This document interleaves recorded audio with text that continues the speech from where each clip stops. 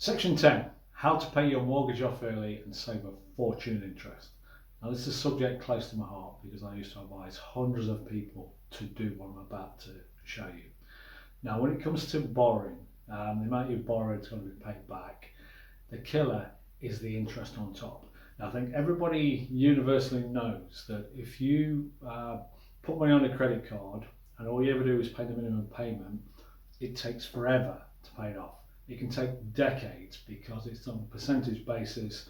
As your balance is coming down, the payment reduces because the actual lender doesn't want you to pay the balance off.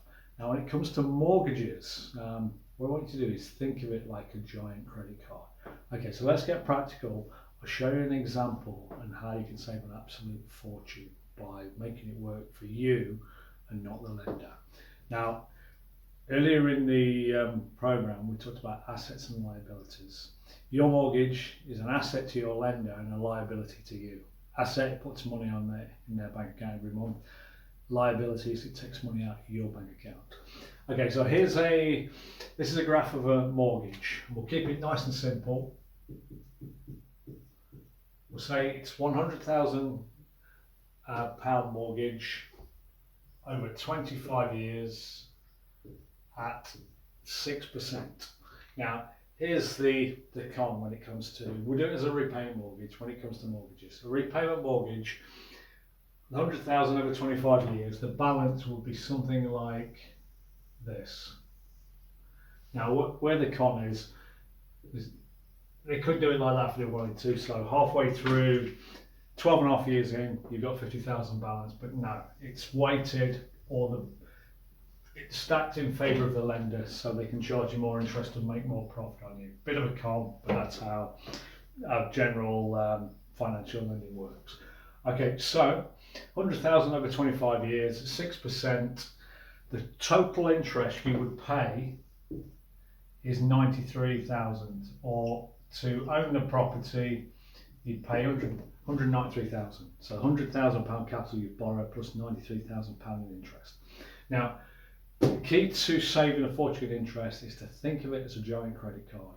Now, pretty much all mortgage lenders will let you pay off extra, unless you're maybe in a fixed period where you get some sort of discount of some sort. But all you got to do is wait to the end of that and pay off a lump sum so you can save it elsewhere. But okay, don't want to digress. So let's say what you now do, each month you pay an extra 50 quid. Think of it like your credit card, you're paying off a bit more to pay off the balance faster. What then happens, the money starts coming off the capital and pays down your balance a little bit earlier. Now 50 quid, on that particular example, 50 quid a month would equate to a total of 177,000 paid back over the term of that mortgage. So extra £50 on top of your contractual payments. So what you're doing, you're then saving 16,000 in interest. 16,000 saved, that's 16,000 you keep, you don't pay to the lender. Because your balance is coming down quicker, therefore less interest is payable. Now, not just 16,000, but it reduces your term to 21.4 years. So what you've done there is saved 3 years and 8 months off the term. So paid off sooner and you've paid less interest. That's 50 quid.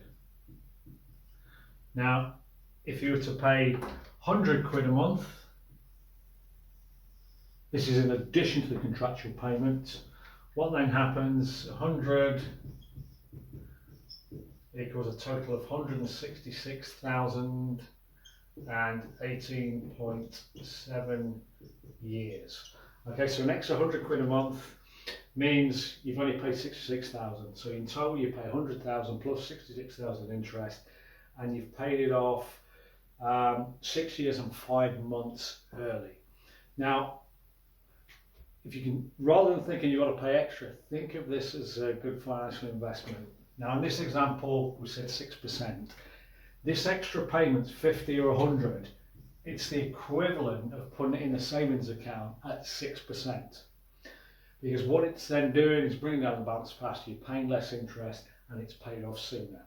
Now let's say, for argument's sake, you're paying £700 a month to your lender, but you paid off 6 or 7 years early. As soon as that's paid off, you've now freed up all that money that you can start investing elsewhere.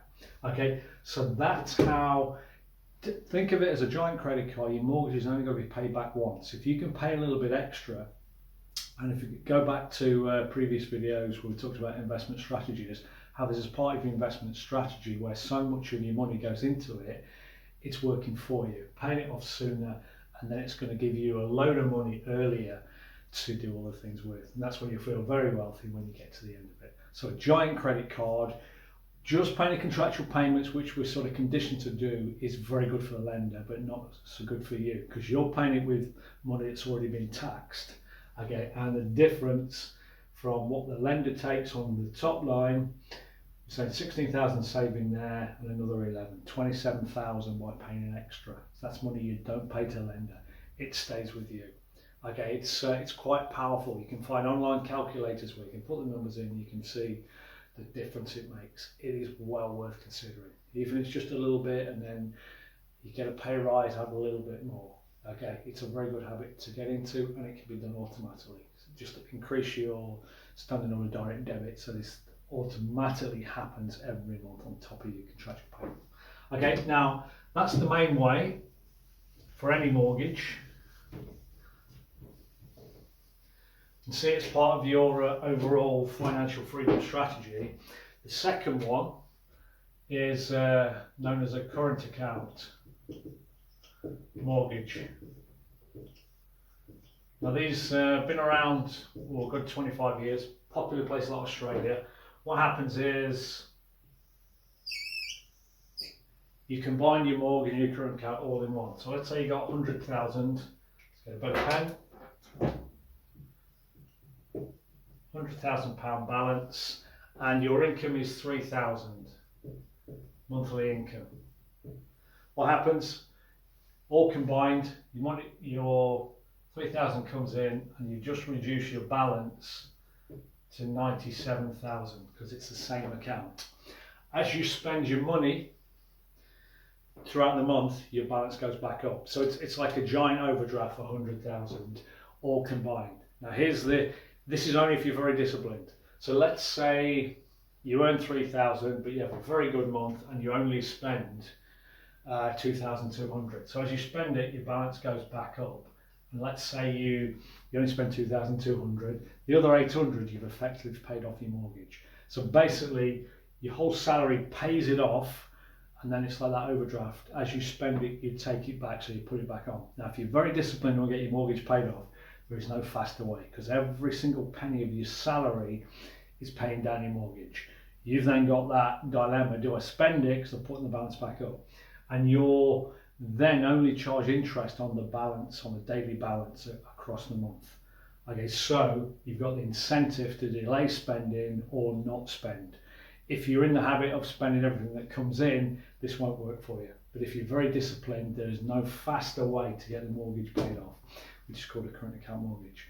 Okay, and you'll see full details in the written section. Okay, very, very powerful. I've seen people pay off the mortgages, smaller mortgages, within a few short years through this method because it is, you've got massive incentives and you see it in front of you, and once you get a bit of momentum, it's very, very encouraging because your balance just drops away and you have complete control of it. Okay, well that wraps up section 10. I'll see you on the next video on section 11.